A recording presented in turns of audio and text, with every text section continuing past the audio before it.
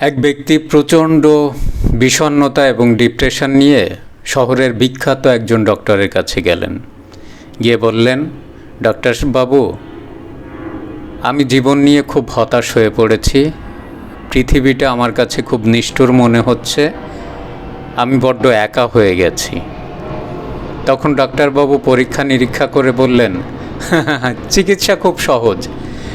আজ এই শহরে বিখ্যাত একটা সার্কাস দল আসছে, সেখানে পাগলিয়াচ্চি নামে একজন বিখ্যাত কমেডিয়ান। আপনি আজ তার খেলা দেখবেন, তখন আপনি বুঝবেন জীবন কত আনন্দের।